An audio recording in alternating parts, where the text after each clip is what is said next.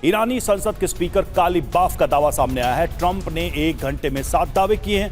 Trump के सभी 7 दावे झूठे हैं, कालिबाफ ने यह कहा है। तो देखिए, जो बड़े नेता हैं, खासकर कालिबाफ जैसे, वो ये कह रहे हैं कि ट्रंप के सभी दावे झूठे हैं, भ्रामक हैं। लगातार ऐसे दावे ट्रंप कर रहे हैं। और यूरेनियम पर समझौता नहीं करेगा ईरान। विदेश मंत्रालय के प्रवक्ता इस्माइल बागई का ऐलान, यूरेनियम प्रोग्राम का अधिकार कानून के तहत न्यूक्लियर प्रोग्राम जारी रहेगा। दुश्मन की शर्त कभी पूरी नहीं होगी।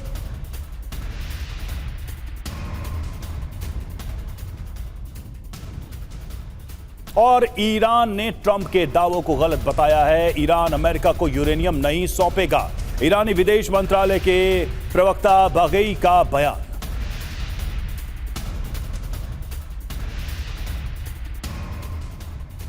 अमेरिका और ईरान के बीच मतभेद जारी है। परमाणु मुद्दे पर अभी भी तनाव बरकरार है। सीनियर ईरानी अधिकारी का दावा, परमाणु मुद्दे पर अभी कोई समझौता नहीं हुआ है, ये कहा गया है। तो परमाणु मुद्दे को लेकर ईरान अपनी तरफ से साफ कह रहा है कि ट्रंप के दावे झूठे हैं। दूसरी तरफ ट्रंप कह रहे हैं कि ईरान तैयार हो गया है और हम उसका संवर्धित यूरेनियम हासिल करेंगे।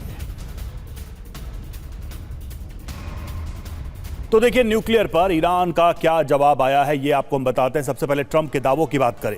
यूरेनियम संवर्धन पर कोई समझौता नहीं, साफ इसमें दिखाई दे रहा है कि ईरान जो कह रहा है उसके मुताबिक ट्रंप झूठ बोल रहे हैं और ये दावा एक तरीके से फेल साबित हो रहा है।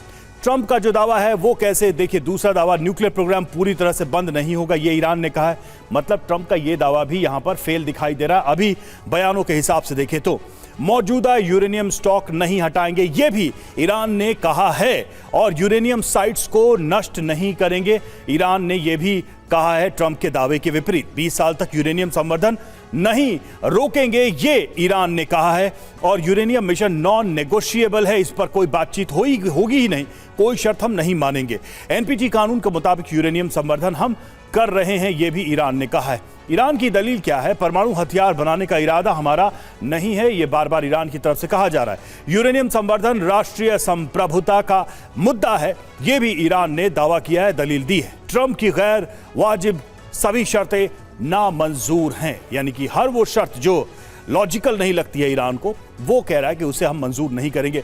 एक बात दत्ता सर बहुत ही स्वाभाविक है, आप सुप्रीम लीडर को मार दें, आईआरजीसी, खुफिया विभाग, उनके बासीज के सारे हेड्स को खत्म कर दें, एक टॉप लीडरशिप को खत्म कर दें, आप तेहरान में विनाश ला दें और उसके बाद ईरान हर वो शर्त मान जाए जो आप चाहते हैं। मतलब ईरान तो हार मान रहा है ना। क्या ऐसा हो सकता है? क्या ऐसा कभी दिखा है क्या कि ईरान कह रहा है कि हम सरेंडर करने को तैयार है? क्योंकि न्यूक्लियर प्रोग्राम को सरेंडर करना, अपने जो मूल मुद्दे हैं उस पर सरेंडर कर देना, हॉर्मुज को खोल देना, हर्जाना ना लेना, ये सब तो हार मानना ही हुआ। बिल्कुल रवि, देखिए, ऐसा है, दुनिया को भ्रम में लाया जा रहा है। ये जंग कौन जीता, क्या इनके ऑब्जेक्टिव थे, क्या वो ऑब्जेक्टिव अचीव हुए? तो अगर मैं एक एक करके ऑब्जेक्टिव की बात करूं तो इजराइल चाहता था कि मैं रजीम चेंज कर दूं, तो क्या रजीम चेंज हुआ? नहीं हुआ। चाहे आपने आयतुल्लाह मार दिया, उनके टॉप कमांडर्स को मार दिया, लेकिन आईआरजीसी वहीं खड़ा है, ईरान वहीं खड़ा है।